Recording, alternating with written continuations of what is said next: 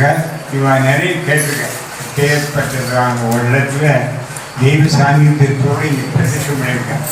அந்த 3 பேரும் 3 காமகோட்டை பூஷணமாக இருக்கிற 3 பெரிய கரமாக சேர்ந்து இருந்து எல்லாரையும் வழிபட்டு இப்போ இந்த ஊரில் இந்த கலை வேணும்னா இது வேணும், இந்த கலை வேணும்னா இது வேணுங்கிறது இல்லை.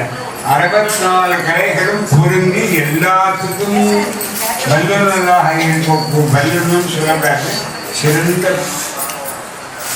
இதாக இருக்கக்கூடியவர்களாக தெரியவா. அதனால சதுஷ்டி கலாபிஜாய நமகா அப்படின்னு சதுஷ்டி கலைகளும் கூடியவாளா தெரியவாங்க.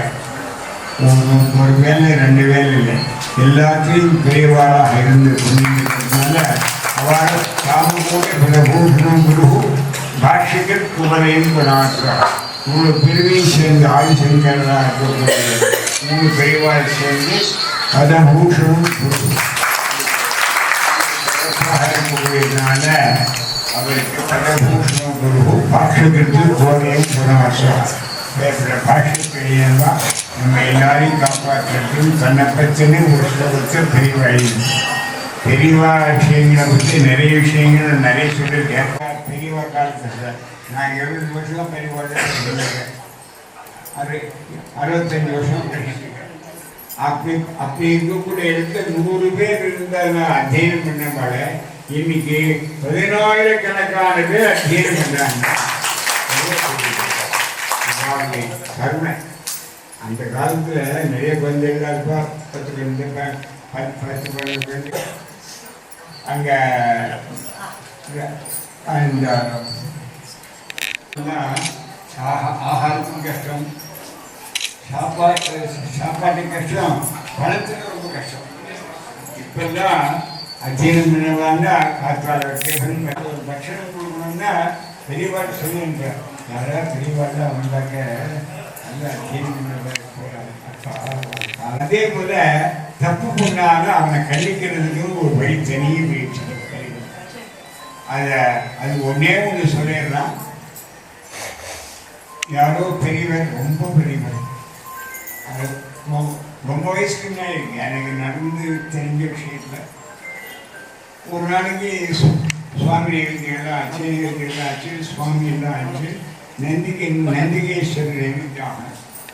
அங்கே சிவசேலம் இருக்காரு.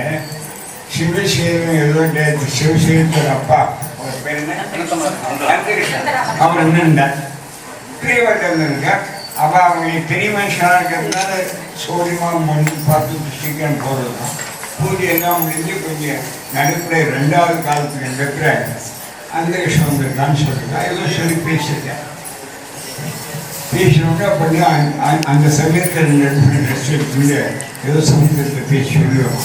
அவருக்கு வேண்டிய விஷயங்கள்லாம் சொல்ல விஷயம் எல்லாத்தையும் கொடுத்தாங்க. இந்த பெரிய மனுஷன் இந்த கிராமத்துக்கு உடனே கவனிச்சாங்க. உடனே கொண்டு அப்படின்னு அப்புறம் பெரியவா சாயந்தரம் எல்லா தீர்த்தங்கள்லாம் கொடுத்து சொல்லுவாங்க. பெரிய மனுஷங்களுக்கு நான் போடல, 2000-3000 பேருக்கு ஆளை கட்டி மேய்ச்சி அவளுக்கு சம்பளம் கொடுத்து எல்லாத்தையும் பண்ணிட்டு இருக்காருங்கிற ஒரு தர்மத்துக்காக இதை நான் பண்ணியிருக்கேன். அவ்வளோ பெரிய தர்மத்தை பண்ணுறாங்கிறதுக்காக, அவருக்கு ஒரு மரியாதை பண்ணுங்கிறதுக்காக, அதுக்கு மரியாதை பண்ணுங்கிறதுக்காக பண்ணேனே ஒழிய லௌகிக்கிறதுக்காக பண்ணவே இல்லை அப்படின்னு சொன்னாங்கன்னா ஒரு விஷயம். அது வேறு எவ்வளோ தர்மத்தை அது மூலம் அதை கடைபிடிச்சார். ரொம்ப என்ன தெரியும் உங்களுக்கெல்லாம். இங்கே சந்தான கோபால் தான் எங்களுக்கு பேர். அவரோட நான் உபன்யாசம் பண்ணியிருக்கேன். அவர் உபன்யாசம் பண்ணியிருக்கேன். நிறைய கச்சேரியில் கேட்டேன். கச்சேரி எனக்கு அவ்வளோ இன்ட்ரெஸ்ட் கிடையாது. இருந்தாலும் நான் கேட்பேன். என்ன கேட்பேன், என்னெல்லாம் தெரியாது, சுமாராக பிடிப்பேன். அவர் ஒரு ஏதோ உபன்யாசம் பண்ணும்பொழுது சரணாலய வைபவம்னு மகாபரிவாளை பத்தி டாக்டர் கணேஷ் எழுதி காம்போசிஷன் பண்ணி மனசுக்கு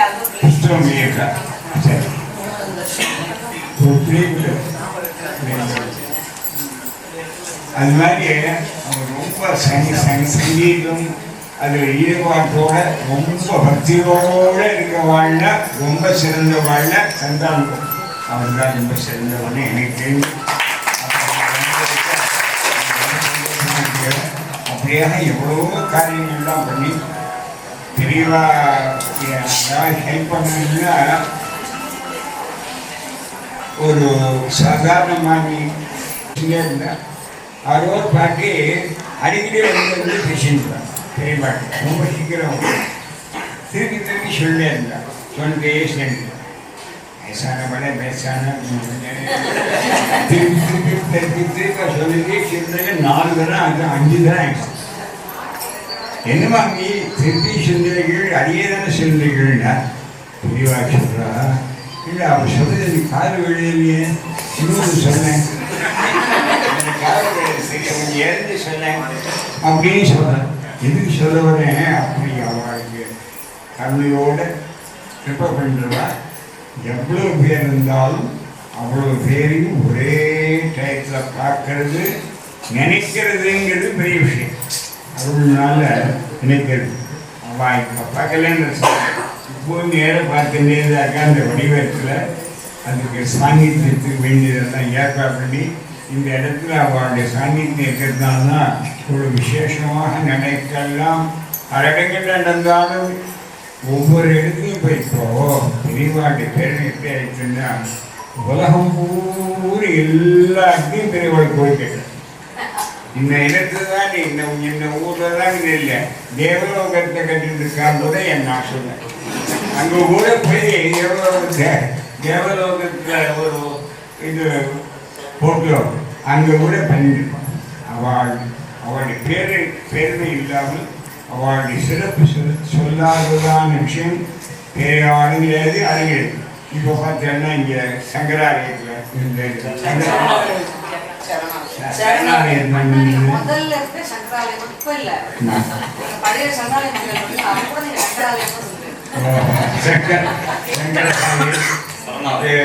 இந்த இடத்துல விசேஷமாக வந்து வைபவம் எல்லாம் நடந்துருக்கு. அதனால அவளை பற்றி இவ்வளவு பேர் சொல்லலாம் புஷ்டக்கணக்காக எல்லாம் இப்போ 7 வாரியத்தில் அவள் எழுதியிருக்கிற விஷயத்தை நாம் படித்து பார்த்தோம்னா படித்து பார்க்கவே முடியாது. முதல்ல அவ்வளோ விஷயங்களை சொல்லி கொடுத்துருக்கு.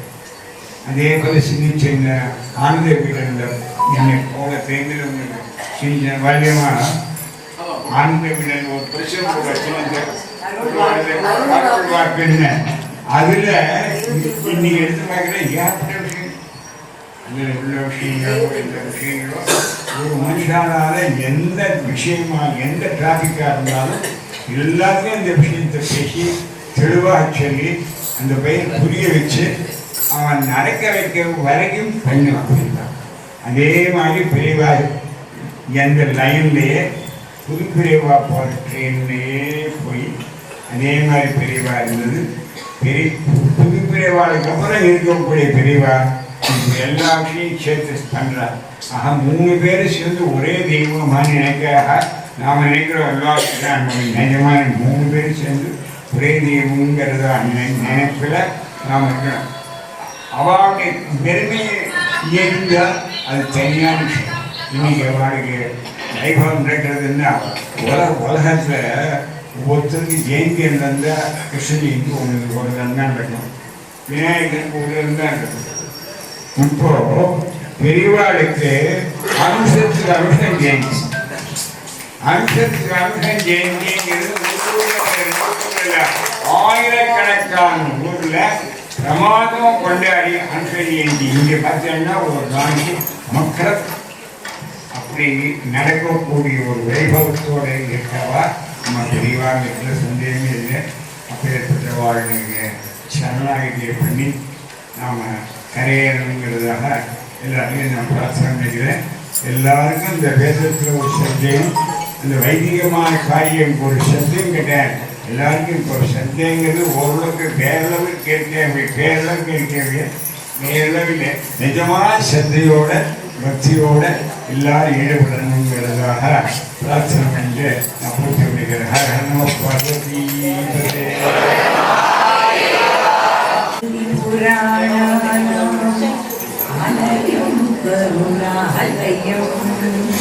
नमामि भगवत्पाद शङ्करं लोकशङ्करं नमामि भगवत्पाद श्रीचन्द्रशेखर सद्गुरुम्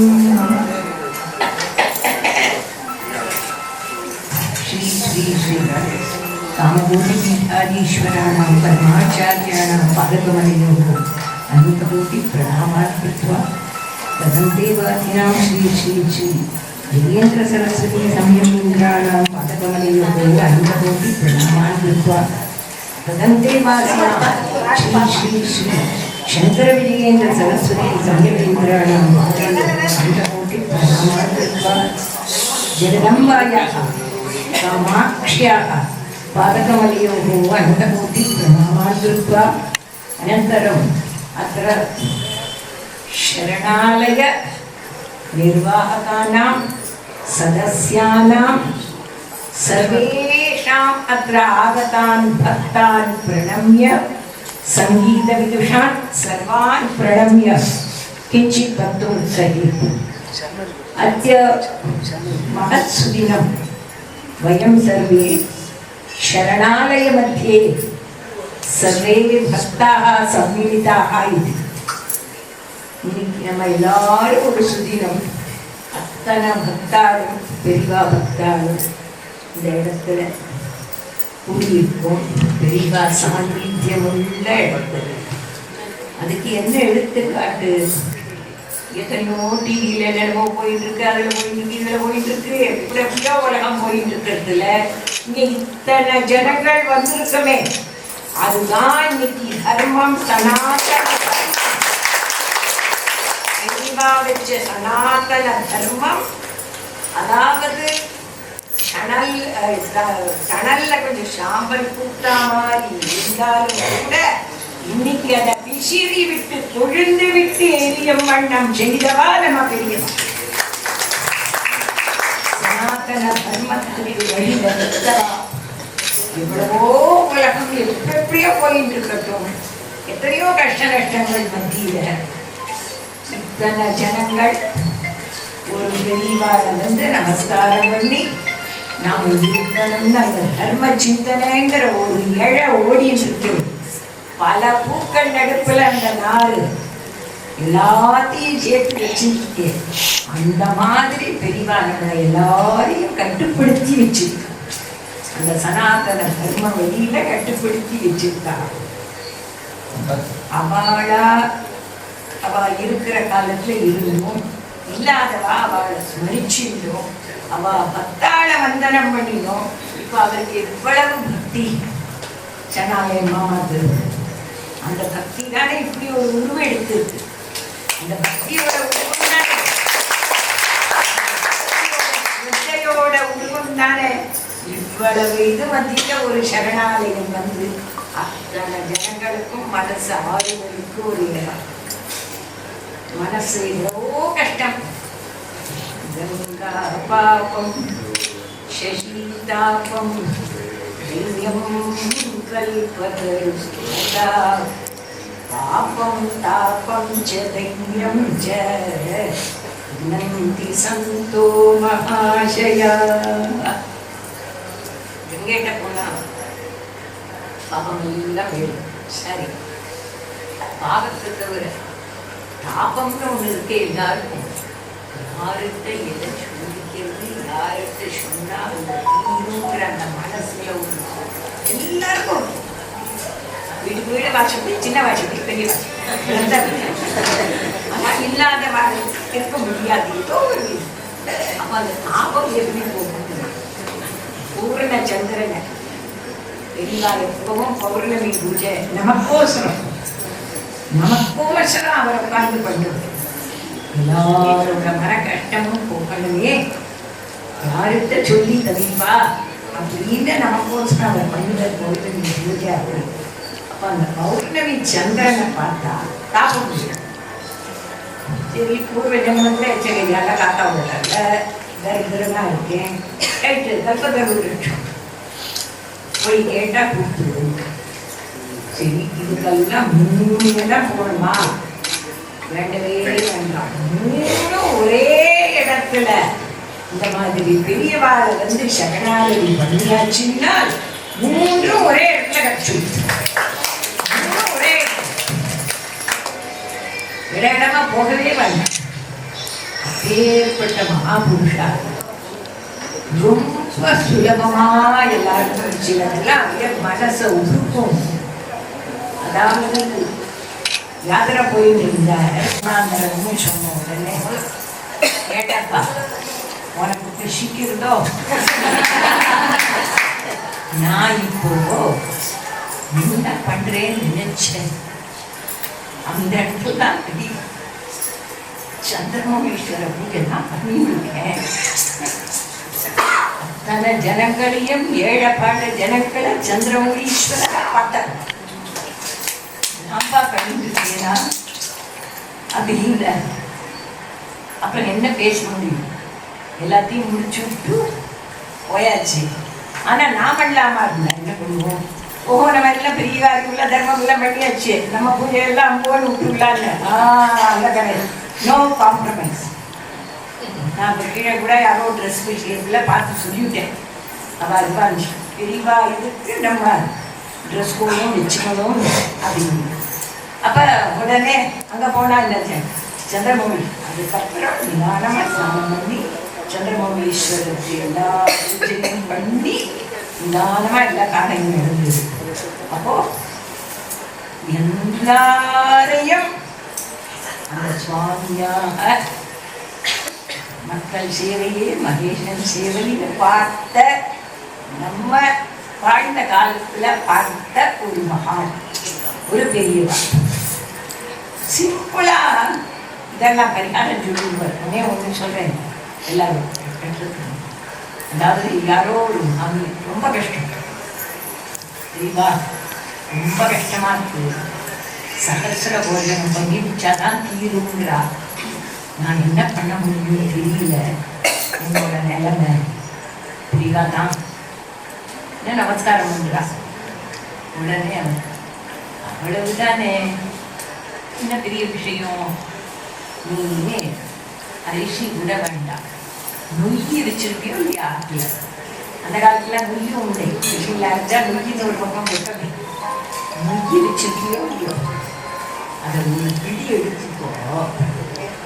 மண் இருக்கிற இடத்துல, எறும்பெல்லாம் எறும்பு கூட்டு இருக்கிற இடத்துல இந்த பிடி நொய்யை கொண்டு போட்டு எத்தனை எறும்புகள் சாப்பிட்டு விடும். இந்த மாதிரி கொஞ்ச நாளைக்கு பண்ணு, சகசிர போஜன புண்ணியம் உனக்கு வந்து கவலையே படாது, உன் கஷ்டம் எல்லாம் தீர்ந்து.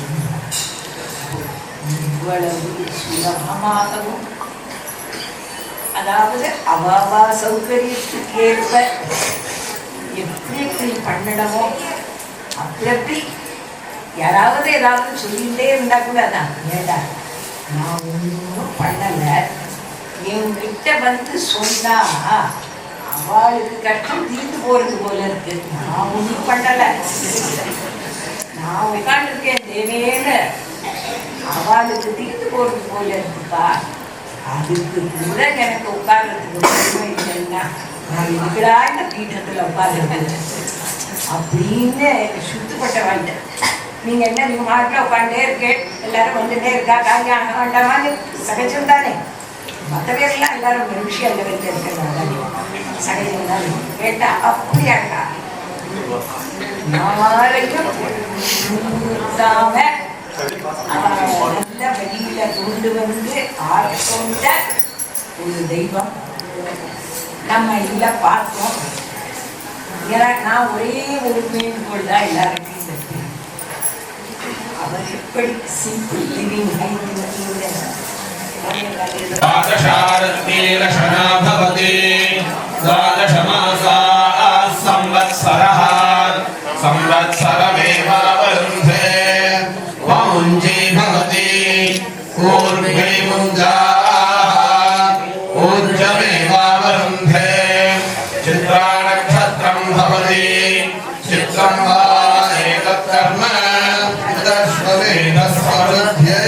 आचार्याय प्रियं धनमाहृत्य प्रजात